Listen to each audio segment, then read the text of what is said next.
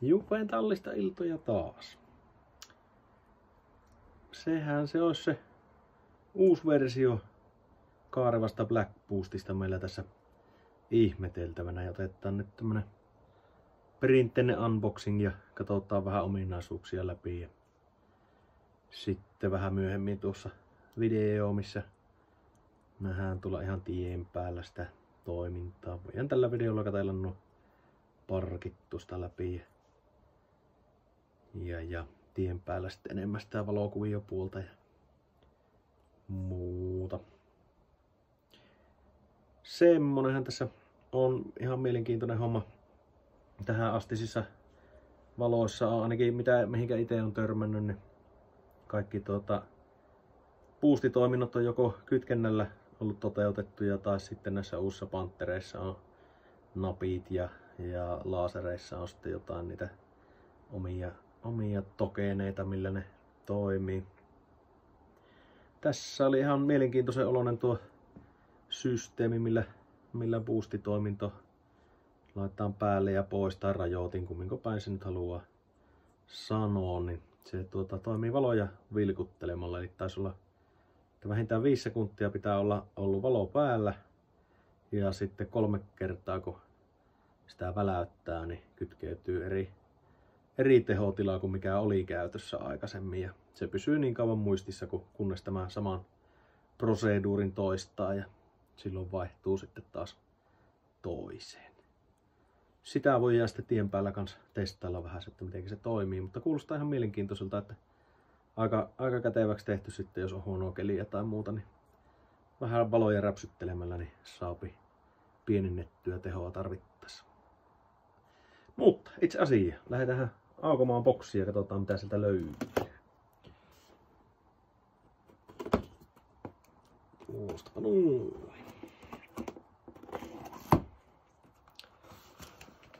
Hyvät pehmusteet sieltä tulee ensimmäisenä vastaan. Sieltähän se vähän kurkistaakin.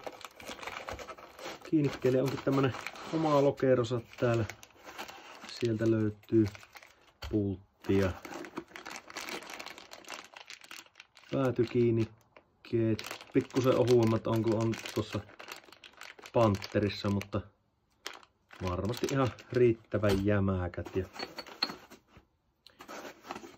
takakiinnikkeet onkin tämmöiset kaksiosaiset, eli on tämmönen pohjalle liukulevy ja siinä päällä kelluu sitten tuo valo. Ihan toimiva oloinen ratkaisu ja on ainakin jämäkät alumiiniset nuu. Jees, otetaanpa sitten itse valoa sieltä esiin. Hyvin pakattuna. Laitetaan boksit sivuun. Siinähän se. Loppujen lopuksi aika kompakti oloinen. Ei reunoja linssissä. Ihan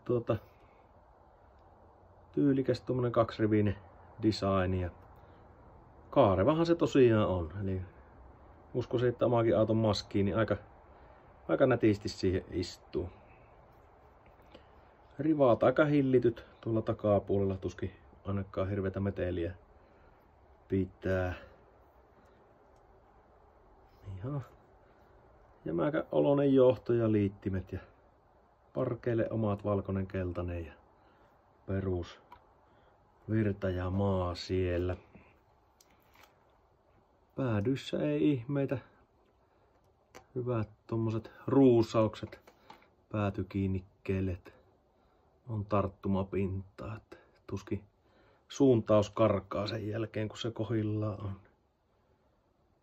Ei siinä ihan tosiaan jopa niinku yllättävän kompakti oloinen tää runko jotenkin. Ei tunnu mitenkään massiiviselta, mutta painoa on, että jämäkkä peli sen puolesta.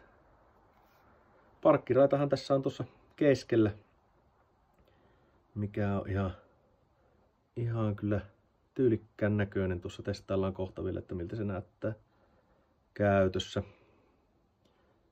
Spekseistä sen verran on tuolta vuodettu, että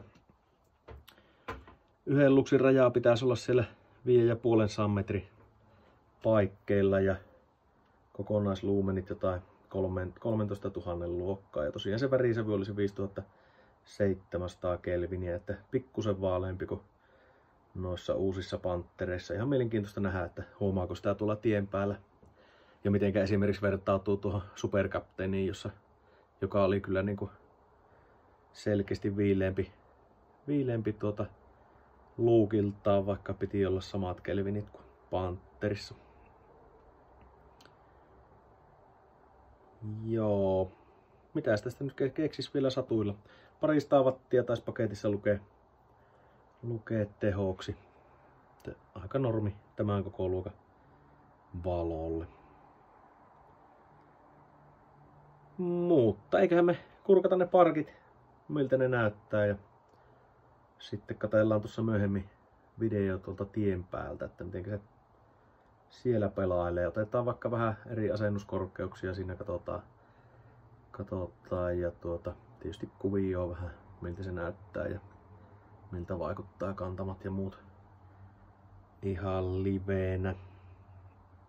Ja voidaan vaikka pyöritellä väärinpäinkin siinä, niin tuleepahan sekin katsottua hetken kerralla, että onko kuviossa mitään eroa oikeinpäin tai väärinpäin. Monia se tuntuu kiinnostavan. Sinälläänhän tämä designi on aika hyvä, että parkki keskellä ja nuo tekstit on niinku päädyissä, että ei ahdasmielisimpiäkään pitäisi häiritä, että jos se väärinpäin asentaa, niin ainoastaan nuo hyväksyntätekstit on tuolla hyvin himmeillä, että ne on ainoat, mitkä on sitten nurinpäin, jos valo on väärinpäin. Mä itse asiassa virallisia referenssiä ole tästä vielä etees kuullut, ja ne on sen verran himmeillä tuossa linssissä, että en suoraan tuosta niitä näe, mutta aiemmathan nämä on uutuudet ollut kaikki sillä 50 luokkaa, että äkkiseltään voisi veikkailla jotain vastaavaa. Mutta ihan ensivaikutelma oikein hyvä, ei valittamista. Ruvettaisiin katselemaan parkit seuraavaan pätkään. Ja se jäi muuten sanomatta, että ihan tyylikäs on tämä tumma optiikka tässä valossa. Ei nuo heijastimet paista ja täällä näkyy ihan selvästi 2 reunimmaista heijastinta molemmista päistä, niin on uurrettu tuolleen syvemmin.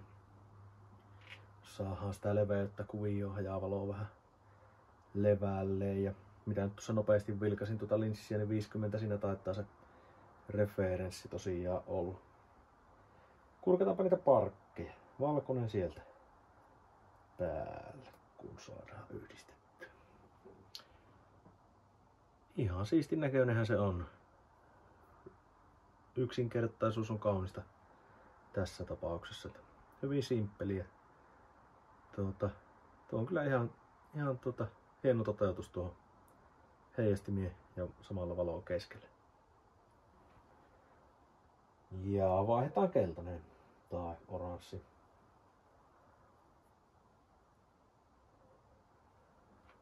Ja se kyllä passaa hyvin tuohon tummaan optiikkaan, tummalla pohjalla oranssia. Oikein näyttävän näköinen. Molemmissa kirkkaus on tuommoinen asiallinen, että ei sokaisen vastaan tulijoita hämärälläkään kelille. Ihan fiksusti toteutettu. Jees. Siinäpä varmaan tärkeimmät tähän videolle. Jatketaan tuolla tien päällä. Ja pysykää tosiaan kuulolla, niin nähdään vähän enemmän tästä lampusta. Moro!